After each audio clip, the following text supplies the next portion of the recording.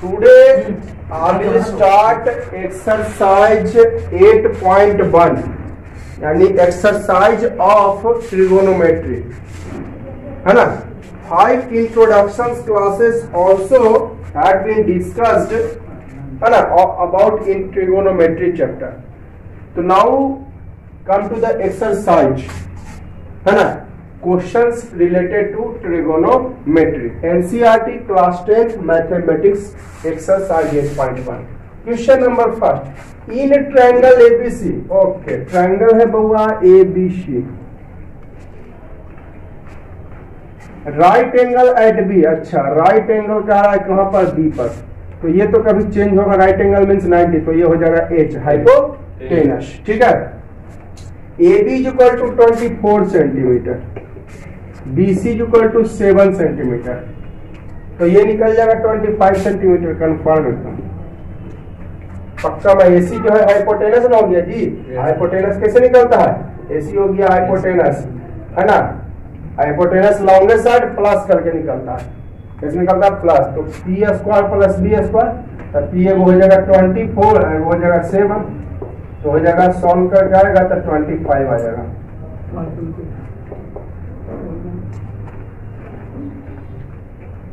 ये हो जाएगा 49, 625 यानी 25 सेंटीमीटर, तो ये हो जाएगा 25। तो कहता है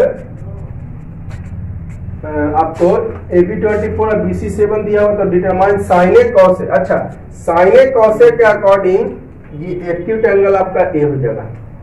फर्स्ट नंबर निकालने का आता है साइन ए कॉस ए, तो according to first number sine A determine का था, मतलब बताइए कि साइन ए कितना होगा, कॉस ए कितना होगा।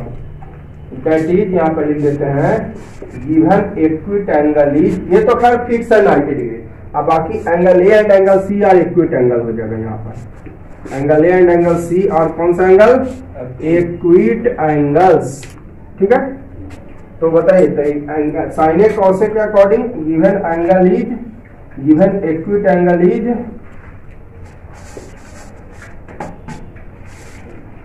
Angle A. तो चलिए इसको मैं इक्विट एंगल मान लेता हूँ, ये वाला, तो ये बन जाएगा P और ये बन जाएगा B, हाइपोटेनस तो फिक्स है। साइन ए कॉस ए के अकॉर्डिंग ये आपका इक्विट एंगल ए हो गया, तो चलिए ए इक्विट एंगल के अकॉर्डिंग मानते हैं। तो साइन ए क्या जानते हैं आप, P बाई एच, तो P के जगह कितना है इसमें, इसके अकॉर्डिंग P को कितना 7 सेंटीमीटर और एच हो गया 25 सेंटीमीटर, तो सेंटीमीटर का आंसर है 7/25, ठीक है, एक आंसर।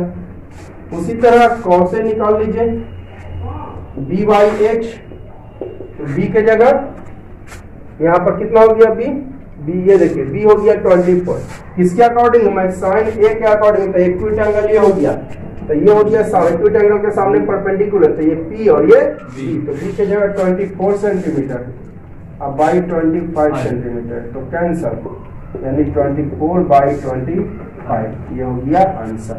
अब चलिए अकॉर्डिंग टू सेकंड क्या कह रहा है, sine C cos C, sine C cos C that is given acute angle क्या हो जाएगा, given acute angle is angle C, है ना, इसके अकॉर्डिंग गिवन इक्विट एंगल क्या है, एंगल सी है, ठीक है। तो ध्यान दीजिएगा, तो मैं सी के अकॉर्डिंग अब बात करता हूं, perpendicular base according to C, A B C, A B दिया हुआ है 24 सेंटीमीटर, बी सी 7 ये दिया हुआ है, और ये कैलकुलेट करके ये कभी चेंज होने वाला नहीं है, ये कभी भी चेंज नहीं होगा। तो सी के अकॉर्डिंग तो ये अगर इक्विट एंगल मानते हैं तो ये परपेंडिकुलर और ये बेस, और हाइपोटेनस तो खैर फिक्स होता है 90 डिग्री के अपोजिट। अगर इसको आप इक्विट एंगल मानते हैं तो अपोजिट एंगल क्या होगा, perpendicular opposite side, given acute angle के अपोजिट साइड परपेंडिकुलर, तो ये परपेंडिकुलर और ये बेस का हाइपोटेनस थे, तो साइन सी का निकालने का यार, तो साइन सी होगा वही P बाई एच, तो P के जगह इसमें P कितना हो जाएगा 24 अब बाई 25, तो 24 अब बाई 24 अब बाई 25, एक आंसर, ठीक है। cos c is equal to b by H. किसके अकॉर्डिंग मैं बात कर रहा हूँ, ध्यान से देखिएगा आप लोग, मैं c के अकॉर्डिंग, तो c के एक्यूट एंगल cos c की बात करें, यानी गिवन एक्यूट एंगल c, तो इसके सामने वाला p और ये b, तो p आपका cos c में ये p हो गया और ये b कितना हो गया 7, अब बाई 25 तो कट जाएगा, तो 7/25 ये हो जाएगा आंसर। यानी जो साइन a का वैल्यू आएगा सेम वैल्यू आया होगा cos c का। साइन ए आया 7/25 और cos c आया 7/25, ठीक है। जो वैल्यू साइन ए का वही वैल्यू cos c का। सोच रहे हो कि ऐसा क्यों हुआ, तो ध्यान से देखिएगा, मैंने आपको बताया है ना, शायद इंट्रोडक्शन ऑफ ट्रिग्नोमेट्री के 4th वीडियो में, पिछले वीडियो में मैंने चर्चा किया था, sum of two angles is 90 degree in sine and cos. Sum of two angles is 90 degree in sine and cos, then both value same. तो बताइए एंगल ए पर ये वाला 90, तो ये दोनों को मिलाकर भी 90 होगा। ये संलग्न है 90 डिग्री और ये दोनों को मिलाकर भी कितना हो जाएगा 90, तो 90 90 180 हो जाएगा। तो this plus this also 90 degree, दोनों एंगल का सम 90, तो दोनों वैल्यू सेम, साइन में और कॉस में, तो साइन ए बराबर कॉस सी हो गया। जो साइन ए का वैल्यू, चूंकि साइन ए का कॉस सी, साइन ए का कॉस सी दोनों का वैल्यू सेम आया 7/25। क्यों, क्योंकि ये देखिए ए प्लस सी दोनों को मिला के 90, साइन और कॉस में, तो दोनों वैल्यू सेम। उसी तरह आप देख लीजिए, जो वैल्यू कॉस ए का आया होगा वही वैल्यू आया होगा आपका, जो वैल्यू कॉस ए का वही वैल्यू साइन सी का। क्योंकि देखिए ए प्लस सी यहाँ पर क्या डिग्री, एंगल ए प्लस सी यहाँ पर जो होगा वो 90 डिग्री होगा। एंगल ए प्लस सी, इसमें भी angle A plus angle C कितना हो जाएगा 90 डिग्री, एकदम कंफर्म है। तो दो एंगल का सम 90, तो दोनों value same in sine and cos. तो देखिए ए और सी दोनों को मिला के 90 डिग्री है, साइन और कॉस में, तो दोनों वैल्यू सेम। तो कितना वैल्यू आया है 7/25। क्लियर है? ओके, कोई डाउट हो तो आप कमेंट करिएगा। चलिए अगला क्वेश्चन, इन फिगर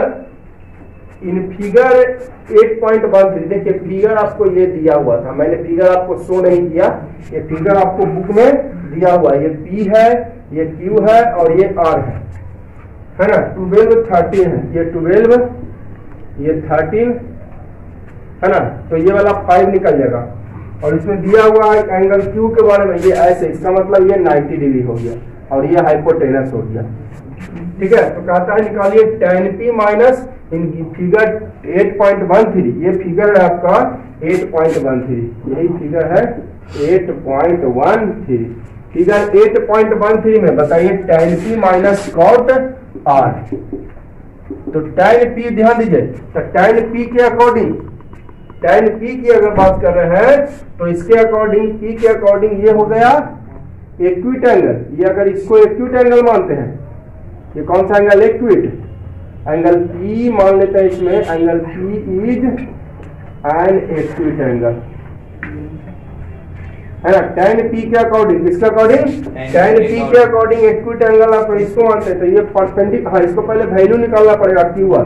तो QR देखिए छोटा वाला, ये तो 90 डिग्री के सामने हाइपोटेनस, ये 90 डिग्री के सामने क्या हो गया हाइपोटेनस है सर, लॉन्गेस्ट साइड, और बाकी ये दोनों छोटे वाला, तो ये माइनस करके निकलेगा छोटा वाला, कैसे बड़का में से छोटा ना, तो 12 तो ये आ जाएगा 5 आ जाएगा जी, 169 144 यानी 25 यानी 5 सेंटीमीटर। क्लियर?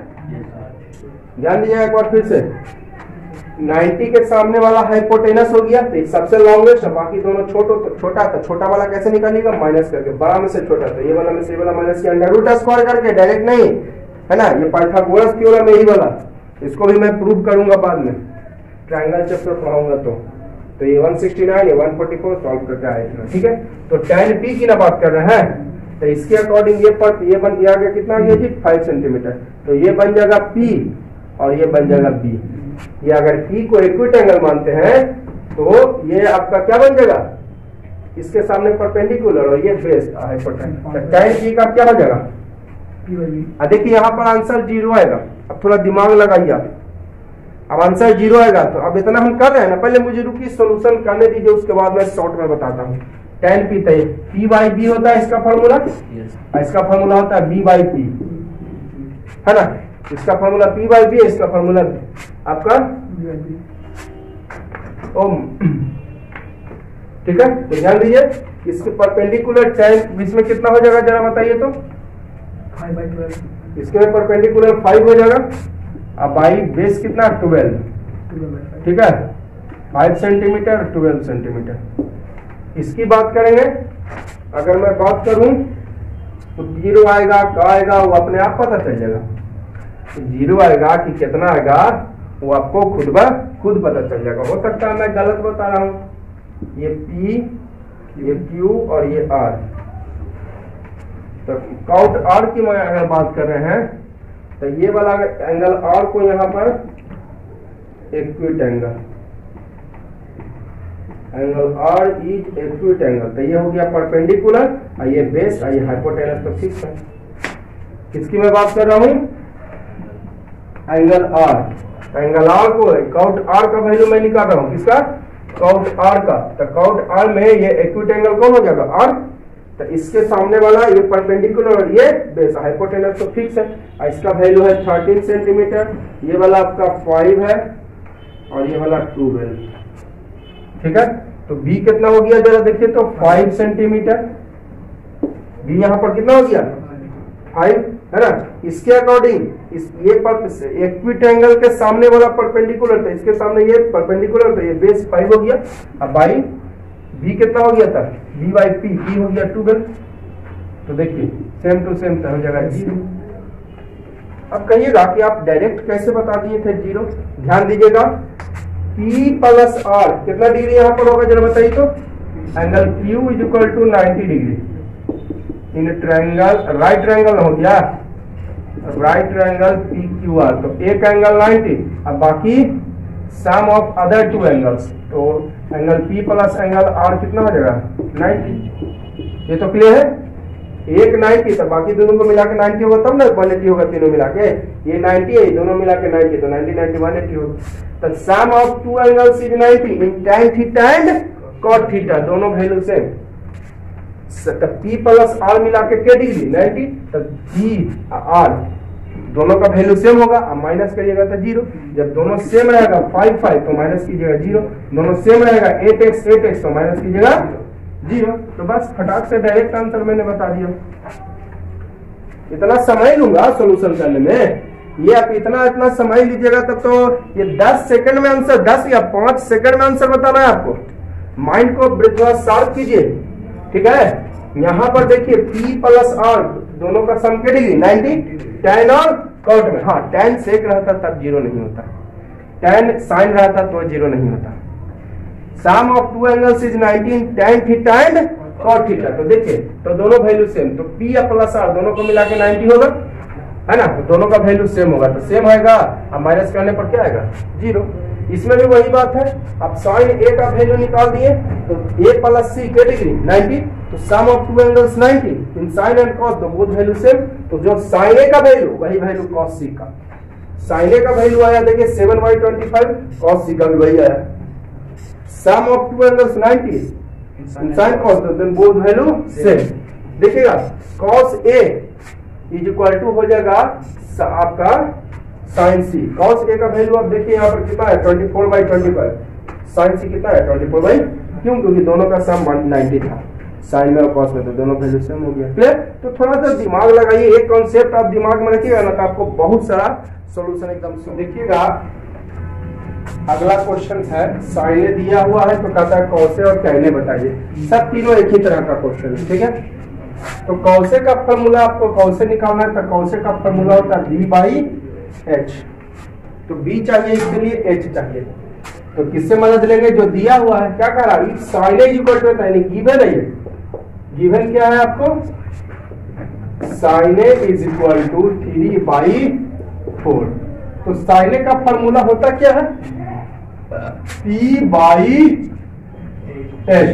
यानी ऊपर वाला P हो गया, नीचे वाला H हो गया।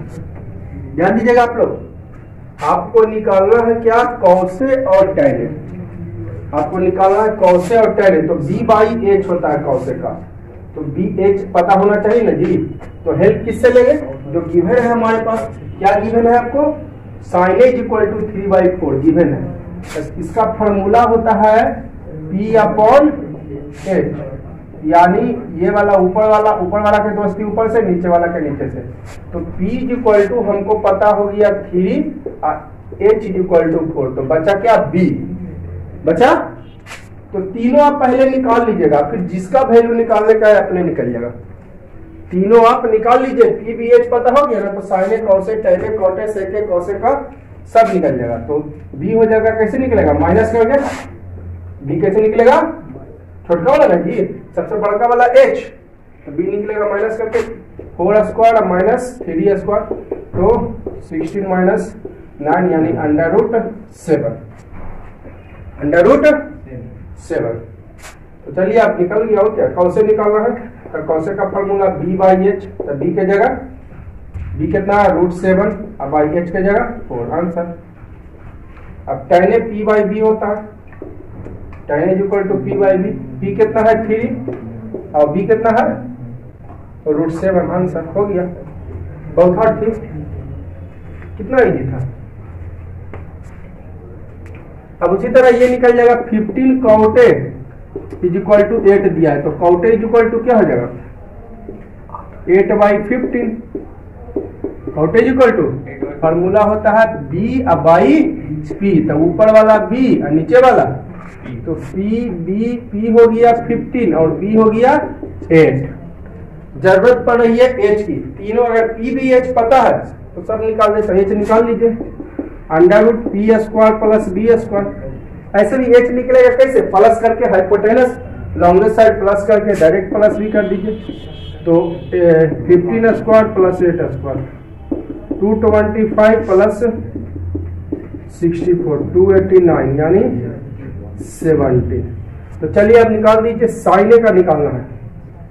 साइने होता है P अपॉन H, तो P आपके पास कितना है? 15 और H कितना है? आया 17। एक आंसर। क्या निकालना है? सेक के। सेक के होता है फॉर्मूला क्या? H/B। नहीं याद है तो ट्रिक याद है, पंडित भोला पंडित बटा हरा हरा।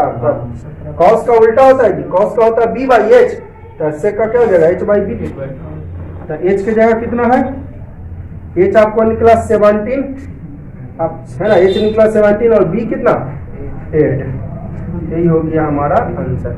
H हो गया 17 और B 8। अब देखिए उसी तरह ये है सेक थीटा, समझ गए ना आप लोग? इधर 15 था इंटू में, इसको इधर ले आए, तब P B और P पता हो गया। 15 इधर इंटू में था, इधर ले आए, तो जब भी इंटू में रहे ना तो इधर ले आइए, पता चल जाएगा। इंटू में हो तो इधर ले आइए, डिवाइड में आपको पता चल जाएगा। सेक थीटा दिया हुआ है कितना? 13/12। फॉर्मूला क्या होता है सेक का? है ना, सेक होता है किसका उल्टा? कॉस का। सेक किसका उल्टा? कॉस का। तो कॉस का होता है B/H, तो सेक का H/B। H/, यानी H हो जाएगा कितना? ऊपर वाला H हो जाएगा और नीचे वाला B हो जाएगा। ऊपर वाला H और नीचे वाला B हो जाएगा, ठीक है। कॉस का होता है उल्टा सेक, तो कॉस B/H, तो इसका H/B हो जाएगा। तो ऊपर वाला H और नीचे वाला B, तो बच्चा P निकाल लीजिए आप। √H² माइनस B², है ना, तो H की जगह 13² माइनस 12², 169 और माइनस 144 यानी 25, यानी कितना निकल गया? 5। तो P निकल गया कितना? 5। HDP सब पता हो गया, तो कहता है calculate all other trigonometric ratio. Other क्या क्या हो गया? Sine, cos, tan, cot, cosec. A को दिया हुआ था, कहता फाइंड अदर, तो अदर क्या? साइन थीटा P/H, तो P के जगह आपका कितना है? 5, अब H कितना है? 13, आंसर। कॉस B/H, तो B कितना है? 12, H आया 13। तो कॉस तो दिया हुआ था, नहीं, कॉस का होता है B कहाँ गया? B12, H 13, हाँ 12/13। इसका उल्टा जी सेक दिया, तो सेक का उल्टा कॉस हो जाएगा, तो ये 13/12, तो 12/13 हो गया। कॉस टैन का फॉर्मूला P/B, तो P कितना है? 5 अब H कितना है? B कितना है? 12, आंसर। इसका उल्टा हो जाएगा कॉट, टैन का उल्टा कॉट, तो 12/5 हो जाएगा। b/p 12/5, इतना का ना फॉर्मूला डायरेक्ट निकाल रहे हैं। अब sine cos tan cot sec का तो दिले है, तो आधा का कौशिक ना बचा, कौशिक हो जाएगा साइन का उल्टा, तो साइन आया हमारा 5/13, तो ये आ जाएगा 13/5, h/p 13/5 आप निकाल के दे, निकल गया। ठीक है, कितना आसान था, 3, 4, 5 एकदम सेम टू सेम था। अब देखिएगा क्वेश्चन नंबर 6 कह रही angle A and angle B are acute angles. Angle A और एंगल बी क्या है, इक्विट एंगल्स है। Such that cos A equal cos B, ये गिवन है, तो सो डेट इतना, सो डेट, तो ए और बी कह रहा है इक्विट एंगल है, तो चलिए ऐसा करते हैं कि ए ले लेते हैं और B acute angle in a triangle, लिख देते हैं कंसीडर, लिख देते हैं a right triangle A B C in which angle A 90 कभी नहीं मान सकते सी, क्योंकि यहाँ पर स्पष्ट कर दिया है कि ए और बी इक्विट एंगल्स है, तो सी मान सकते हैं, C is equal to 90 degree, है ना। Angle A and angle C, angle A and angle B are acute angles, हम नहीं कर रहे हैं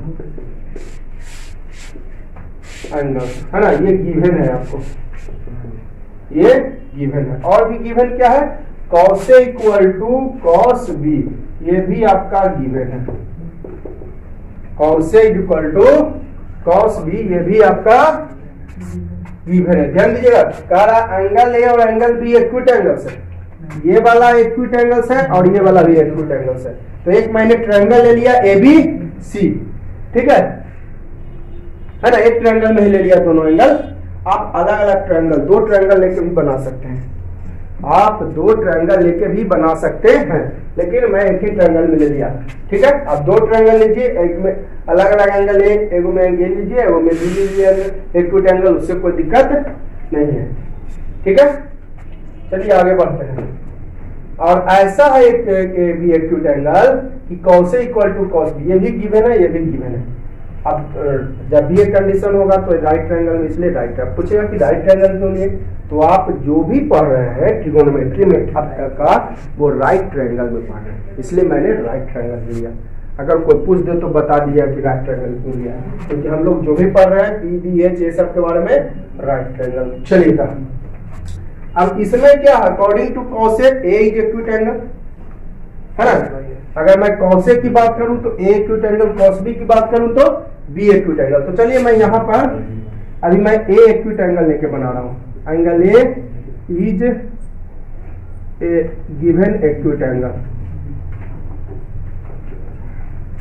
इसमें ऊपर लिख देता हूं, angle A is given acute angle, है ना। एंगल ए जो है इक्विट एंगल मैंने ले लिया, तो ये हो जाएगा P और ये हो जाएगा B, ये तो खैर फिक्स है, एज कभी चेंज नहीं होगा, ठीक है। और अगर मैं ध्यान से देखिएगा ए बी सी, अब मैं यहां पर angle C is given acute angle ले लिया, है ना, ठीक है।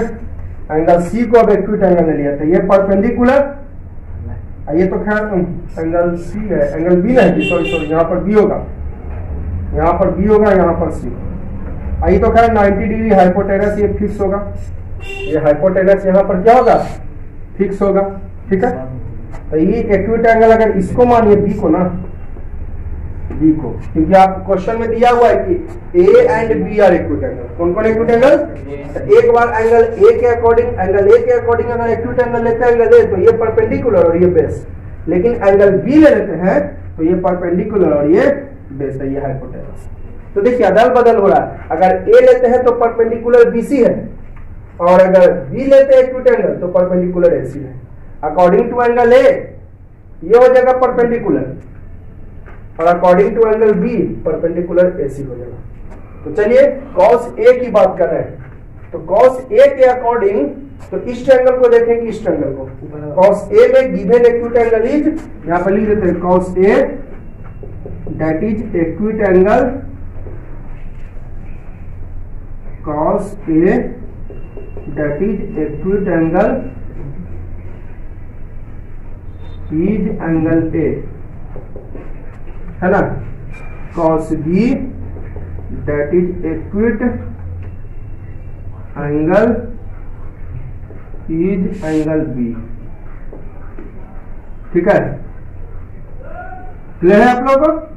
cos A के अकॉर्डिंग एक्यूट एंगल A हो गया, cos B के अकॉर्डिंग एक्यूट एंगल B, तो cos A में एक्यूट एंगल इसको इसके अनुसार ले, तब फॉर्मूला क्या जानते हैं cos का, B by H, इसका ही फॉर्मूला, तो कहिएगा B B cancel, H H cancel नहीं, कैंसल होगा यहाँ पर, क्योंकि इसमें बेस जो है AC है और इसमें बेस जो है BC है, इसीलिए कैंसल नहीं होगा।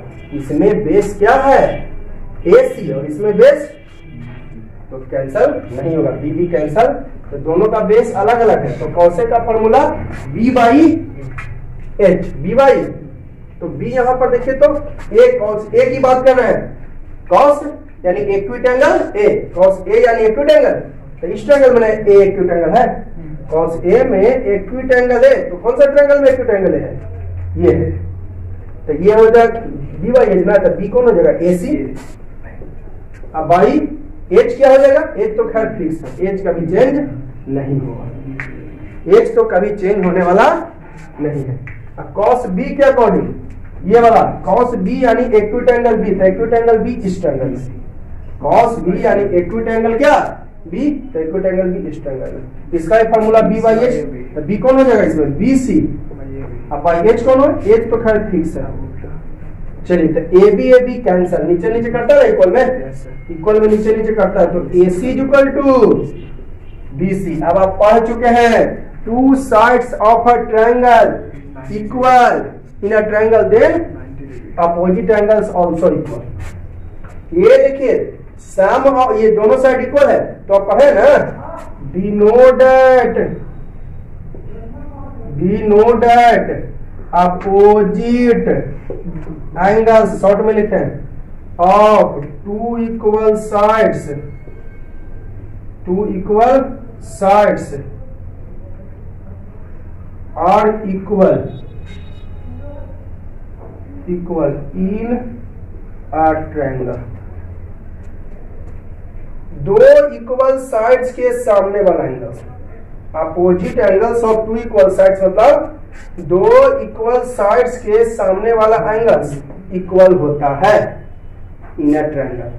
तो बताइए AC इक्वल टू BC, तो आपने प्रूव कर दिया, ये प्रूव कर दिया, तो टू साइड्स इक्वल, तो AC के सामने कौन एंगल, जरा देखिए कहां गया, इस ट्रायंगल में जाइए या इस ट्रायंगल में, कोई दिक्कत नहीं होगी, किसी भी ट्रायंगल में जा सकते हैं, ठीक है, आप किसी भी ट्रायंगल में जाइए, आपको कोई दिक्कत नहीं। तो देखिए तो AC के सामने कौन एंगल है, AC के सामने कौन एंगल, एंगल B, इसमें देखिएगा AC के सामने भी एंगल B ही है, किसी भी ट्रायंगल में जाइए कोई दिक्कत नहीं, दो साइड इक्वल तो दो अपोजिट एंगल्स आल्सो इक्वल, तो इसमें AC के सामने एंगल B, इसमें भी AC के सामने एंगल B, देन AC के सामने एंगल B इक्वल, और BC के सामने एंगल A, BC के सामने एंगल A, हो गया प्रूफ, यही तो लाना था, प्रूफ डेट करना था। A को आप ऐसा कीजिए, पहले लिख दीजिए, A को शुरू में और B को बाद में, उससे कोई आपत्ति नहीं है, प्रूफ है ना। एक बार ध्यान से फिर से देख लीजिएगा, AC इक्वल टू BC है, मैं प्रूव करके दिखा दिया हूं, तो two sides equal then their opposite angles also, AC के सामने एंगल B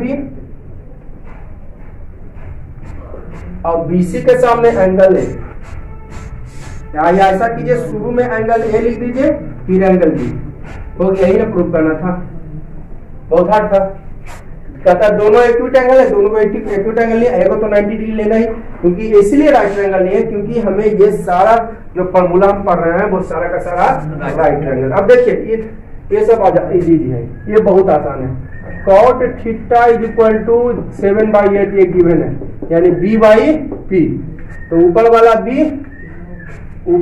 B और नीचे वाला P, ठीक है,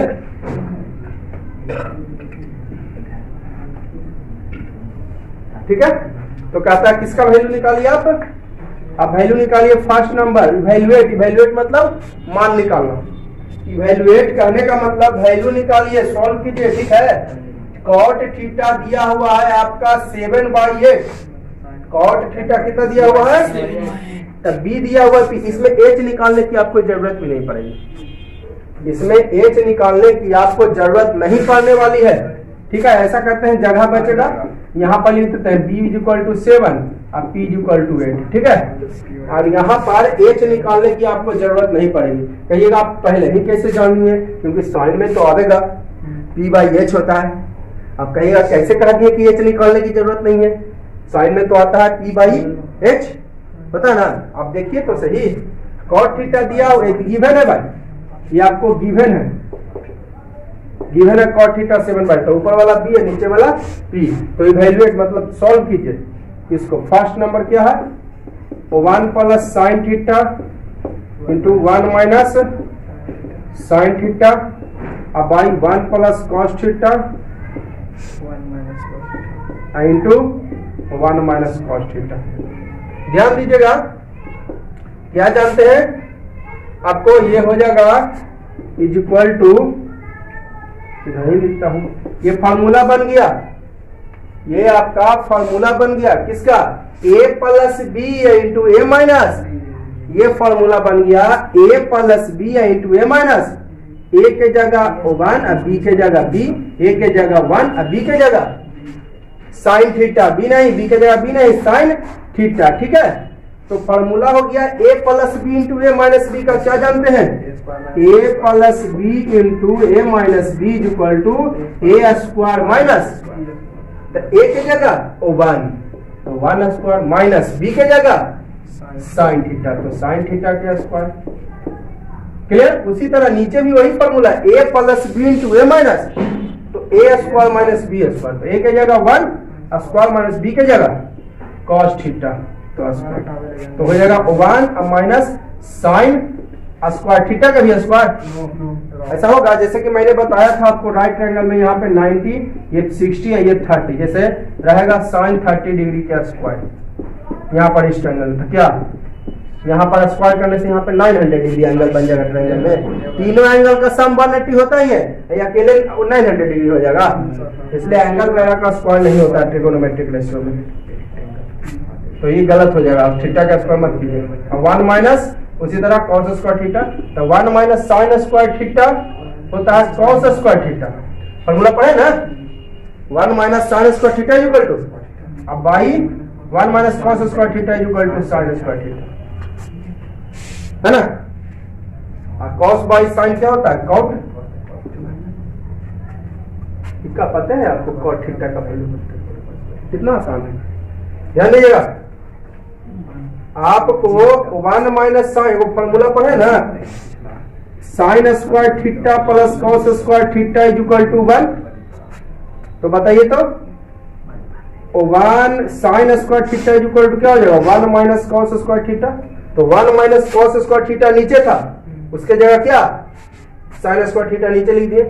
तो उसी तरह cos square theta equal to क्या हो जाएगा, 1 माइनस साइन स्क्वायर थीटा, तो 1 minus sine square theta, 1 minus sine square theta की जगह cos स्क्वायर, तो ऊपर था 1 माइनस साइन स्क्वायर थीटा, तो ऊपर में हो गया cos square theta. 1 minus sine square theta की जगह क्या चीज, तो ऊपर था, तो ऊपर रख दिया cos। 1 minus cos square theta की जगह क्या साइन, तो नीचे था 1 माइनस cos स्क्वायर, तो साइन रख दिया, साइन स्क्वायर थीटा। क्लियर हो गया आप लोग को, ठीक है। तो cos बाई साइन क्या होता है, cot, cos theta by sine theta क्या होता है, कॉट स्क्वायर है, तो स्क्वायर कर दीजिए। कॉट आपको पता है, ये cot थीटा का वैल्यू कितना दिया हुआ है, 7/8 स्क्वायर, यानी 49 बाई 64 आंसर। cot थीटा का वैल्यू कितना दिया, 7/8 गिवन है भाई, हम अपना मन से नहीं करें। ये देखिए यहाँ पर cot theta equal to 7/8 given है।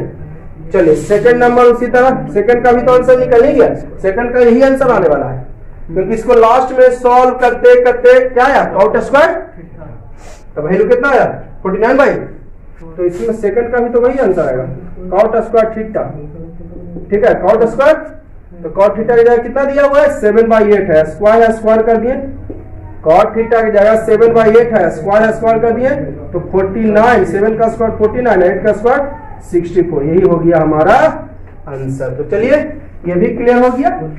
अब 8 नंबर देखिए, if 3 cot A = 4, 3 cot A = तो चेक भेदर, भेदर माने जांच कीजिए, है ना, भेदर मतलब हाँ या नहीं, ऐसे हाँ या चेक करके बताइए कि इतना इक्वल इतना है या, इसका मतलब क्या हुआ, इतना इक्वल इतना है या नहीं। तो देखिए LHS और RHS लेके देखते हैं, LHS और RHS, इस फार्मूला इसे cos 2a का हो जाएगा, cos स्क्वायर है माइनस साइन स्क्वायर, मैंने पिछला वीडियो में बताया था ना, cos स्क्वायर cos 2a का वो formula cos square theta minus sine square, तो एक था तो खैर छोड़िए फार्मूला, इंटरमीडिएट वाला मैं फार्मूला यूज नहीं करूंगा, जो आपको ले वो मैं पिछला वीडियो में बता दिया आगे स्टैंडर्ड नॉलेज के लिए। तो 3 cot A = 4 दिया हुआ है, तो cot A = क्या हो जाएगा 4/3, cot A = 4/3 हो जाएगा, क्लियर है ना। तो देखिएगा 3 cot A = 4, ये तो आपको गिवन है, तो cot A = क्या हो जाएगा 4/3। तो चेक करना है कि इतना इक्वल इतना और नॉट माने है या, शुरू में कह दिए चेक वेदर, जांच कीजिए है या नहीं, हाँ या नहीं, इतना इक्वल इतना हाँ या नहीं। चेक भेदर का मतलब होता है जांच कीजिए कि है या नहीं, कितना इतना इक्वल इतना है या नहीं, यही चेक करना। तो LHS और RHS लीजिए, अगर इक्वल आ गया तो इक्वल होगा, आंसर यस होगा, इक्वल नहीं आएगा तो नो होगा। अगर LHS RHS लीजिए दोनों इक्वल आया तो आंसर यस, नहीं आया तो आंसर नो हो जाएगा। तो चलिए ये B/P, इसमें आपको H निकालना पड़ जाएगा, हाँ H निकालना पड़ जाएगा, इसमें आपको H निकालना पड़ जाएगा, इसमें बिना H का काम हो गया। तो ये होता है फॉर्मूला B/P, और 3 cot A = 4, इधर इंटू में 3, इधर आया तो डिवाइड में, तो B/P, तो B के जगह हो गया 4, ऊपर वाला क्या B है, नीचे वाला, और P के जगह हो गया 3, ऊपर वाला B और नीचे वाला P, ऊपर वाला B और नीचे वाला, तो H निकाल लीजिए, √P² + B², हाइपोटेनस है सबसे लॉन्गेस्ट प्लस करके निकलेगा, तो 3² + 4² यानी 9 + 16 यानी 25, यानी वैल्यू आ गई आपको 5। तो चलिए लीजिए LHS, अगर LHS RHS इक्वल आया तो आंसर यस, नहीं तो नहीं। LHS क्या 1 - tan² है, अब भाई 1 + tan² है, 1 - tan² है और 1 + tan² है, तो 1 - tan A का वैल्यू क्या हो जाएगा P/B, स्क्वायर कर दिए, अब बाई 1 + P/B, स्क्वायर कर दिए, तो 1 - ठीक है, इसको इरेज करके इधर मैं लिख देता हूँ, ठीक है, LHS इसके यहाँ पर इरेज करना पड़ जाएगा, ये पूरा तो एडजस्ट होगा नहीं ना, तो ये दोनों तो समझ गए आप लोग, तो इधर मैं इरेज करके बता दे रहा हूँ आप लोग को, है ना, चिंता करने की जरूरत नहीं है। तो देखिएगा LHS यहाँ से शुरू करता हूँ मैं, ये वाला भी इधर से शुरू करता हूँ ताकि एक लाइन में पूरा हो जाए। LHS मैं इधर दे रहा हूँ, ठीक है, किसका है ये 8 का मैं बता रहा हूँ, 8 का रिमेनिंग, ठीक है, उधर से मैंने शुरू किया है, 8 का रिमेनिंग इधर मैं लिख रहा हूँ। LHS ले रहा हूँ, क्या LHS 1 - tan² है, अब भाई 1 + tan² है, तो 1 - tan का फार्मूला P/B, स्क्वायर कर दिए, अब भाई 1 + P/B, स्क्वायर कर दिए, इक्वल कैसे देना है, एक ऊपर डिवाइड के वो नीचे। चलिए 1 - P के जगह कितना है वैल्यू 3 और B के जगह 4, तो 1 - 3/4 के स्क्वायर, अब भाई 1 + P के जगह देखिए कितना है P = 3 और B = 4, 3/4 का स्क्वायर, तो ये हो जाएगा 1 - 9/16, अब भाई 1 + 9/16, ठीक है, तो मैं बताया था शॉर्ट ट्रिक मैंने बताया था आपको, है ना। अगर ये अकेले हो तो डायरेक्ट ये दोनों को इंटू कीजिए, माइनस कीजिए, तो 16 में 9 माइनस कीजिएगा, 7/16 आएगा। आप सॉल्व करके देख लीजिएगा, आप सॉल्व करके देख लीजिएगा, हो सकता है मैं गलत बता रहा हूँ। अगर यही अब ये ट्रिक काम नहीं करेगा जो मैं बताया डायरेक्ट। ये दोनों को इंटू कीजिए, 16 प्लस 9 25/16। और मैंने बताया था ये डिवाइड है, डिवाइड में नीचे नीचे काट सकते हैं, ऊपर ऊपर काट सकते हैं, ठीक है ना। 7/16 मेन डिवाइड ये है जी, 16 के बाद है मेन डिवाइड, ये देखिए ये वाला, इसके बाद ये मेन डिवाइड है, यहाँ पर मेन डिवाइड ये है, तो ये मेन डिवाइड लिख दिए 25/16। अच्छा नीचे नीचे 16 काट सकते हैं कि नहीं डिवाइड में, और नहीं तो इंटू में बदलिए। तो देखिए 16 कट गया, इंटू में ऊपर और नीचे कटता है, न्यूमरेटर और डिनोमिनेटर, लेकिन डिवाइड में काटना हो तो न्यूमरेटर डिनोमिनेटर। डिवाइड में कटेगा तो नीचे नीचे कटो ना, यानी डिनोमिनेटर। ये देखिए अगर इंटू में बदले तो ऊपर नीचे कटा, तो डिवाइड है तो नीचे नीचे डायरेक्ट मैं काट देता हूँ, कट जाएगा ये डिनोमिनेटर, ये तो बचेगा 7/25, ठीक है। अब RHS लेता हूँ, RHS क्या है जरा देख लीजिए, cos स्क्वायर ए माइनस साइन स्क्वायर ए। तो cos का फॉर्मूला होता है b/h के स्क्वायर कर दिए, और साइन का फॉर्मूला p/h स्क्वायर कर दिए। b के जगह देखिए कितना है, b के जगह 4, अब बाई h के जगह कितना है 5 का स्क्वायर, माइनस p के जगह कितना है, p के जगह 3, p के जगह, अब बाई h के जगह 5 स्क्वायर कर दिए। तो 16/25 और माइनस 9/25, तो 16 माइनस 9/25 यानी 7/20। तो देखिए LHS और RHS क्या गया, LHS में 7/25 आया, RHS में भी LHS इक्वल टू RHS। तो आंसर इसका क्या हो जाएगा, यस, बोले ये दोनों इक्वल है। पूछ रहा था कि इतना बराबर इतना है या इतना इक्वल इतना है या नहीं, तो देखिए सॉल्व किए तो LHS भी वही आया, RHS भी, तो आंसर हो जाएगा यस।